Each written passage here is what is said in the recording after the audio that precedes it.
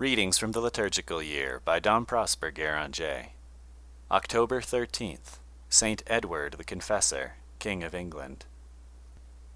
This glorious saint was like a beautiful lily, crowning the ancient branch of the kings of Wessex. The times had progressed since that 6th century, when the pagan Cerdic and other pirate chiefs from the North Sea scattered with ruins the island of the saints. Having accomplished their mission of wrath, the Anglo-Saxons became instrument of grace to the land they had conquered. Evangelized by Rome, even as the Britons they had just chastised, they remembered better than the latter, whence their salvation had come.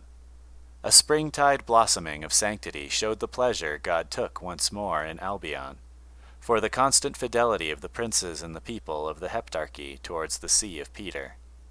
In the year of our Lord 800, Egbert, a descendant of Cerdic, had gone on pilgrimage to Rome, when a deputation from the West Saxons offered him the crown, beside the tomb of the Prince of the Apostles, at whose feet Charlemagne at that very time was restoring the empire.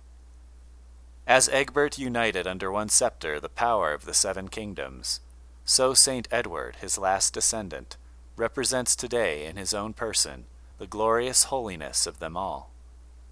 Nephew to Saint Edward the Martyr, our holy king is known to God and man by the beautiful title of the Confessor. The Church, in her account of his life, sets forth more particularly the virtues which won him so glorious an appellation. But we must remember, moreover, that his reign of 24 years was one of the happiest England has ever known. Alfred the Great had no more illustrious imitator. The Danes, so long masters, now entirely subjugated within the kingdom and without, held at bay by the noble attitude of the prince. Macbeth, the usurper of the Scottish throne, vanquished in a campaign that Shakespeare has immortalized. St. Edward's laws, which remain to this day the basis of the British Constitution. The saint's munificence towards all noble enterprises, while at the same time he diminished the taxes. All this proves with sufficient clearness that the sweetness of virtue which made him the intimate friend of St. John, the beloved disciple, is not incompatible with the greatness of a monarch. Edward, surnamed the Confessor, nephew to St. Edward, king and martyr, was the last king of the Anglo-Saxon race. Our Lord had revealed that he would one day be king to a holy man named Brithwald. When Edward was 10 years old, the Danes, who were devastating England, sought his life. He was therefore obliged to go into exile to the court of his uncle, the Duke of Normandy. Amid the vices and temptations of the Norman court, he grew up pure and innocent, a subject of admiration to all. His pious devotion towards God and holy things was most remarkable. He was of a very gentle disposition, and so great a stranger to ambition that he was wont to say he would rather forego the kingdom than take possession of it by violence and bloodshed. On the death of the tyrants who had murdered his brothers and seized their kingdom, he was recalled to his country, and ascended the throne to the greatest satisfaction and joy of all his subjects. He then applied himself to remove all traces of the havoc wrought by the enemy. To begin at the sanctuary, he built many churches and restored others, endowing them with rents and privileges. For he was very anxious to see religion, which had been neglected, flourishing again. All writers assert that though compelled by his nobles to marry, both he and his bride preserved their virginity intact. Such was his love of Christ and his faith, that he was one day permitted to see our Lord in the Mass, shining with heavenly light and smiling upon him. His lavish charity won him the name of the father of orphans and of the poor, and he was never so happy as when he had exhausted the royal treasury on their behalf. He was honored with the gift of prophecy, and foresaw much of England's future history. A remarkable instance is that when Sweyn, the king of Denmark, was drowned in the very act of embarking on his fleet to invade England, Edward was supernaturally aware of the event the very moment it happened. He had a special devotion to St. John the Evangelist, and was accustomed never to refuse anything asked in his name. One day St. John appeared to him as a poor man, begging an alms in this manner.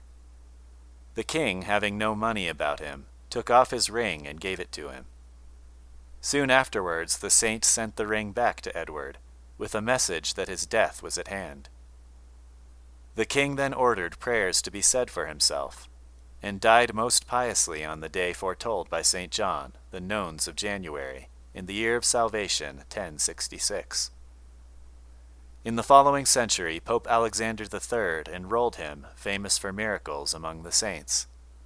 Innocent XI ordered his memory to be celebrated by the whole Church with a public office on the day of his translation, which took place 36 years after his death, his body being found incorrupt and exhaling a sweet fragrance. Thou representest on the sacred cycle the nation which Gregory the Great foresaw would rival the angels. So many holy kings, illustrious virgins, grand bishops, and great monks, who were its glory, now form thy brilliant court.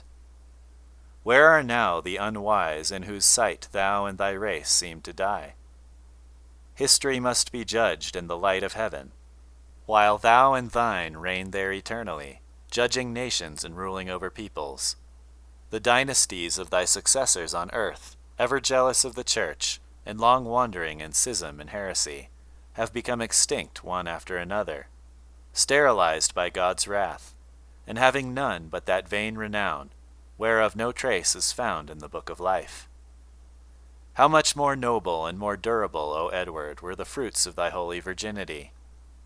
Teach us to look upon the present world as a preparation for another, an everlasting world, and to value human events by their eternal results. Our admiring worship seeks and finds thee in thy royal abbey of Westminster, and we love to contemplate by anticipation thy glorious resurrection on the day of judgment, when all around thee so many false grandeurs will acknowledge their shame and their nothingness. Bless us, prostrate in spirit or in reality beside thy tomb, where heresy, fearful of the result, would fain forbid our prayer. Offer to God the supplications rising today from all parts of the world for the wandering sheep, whom the shepherd's voice is now so earnestly calling back to the one fold.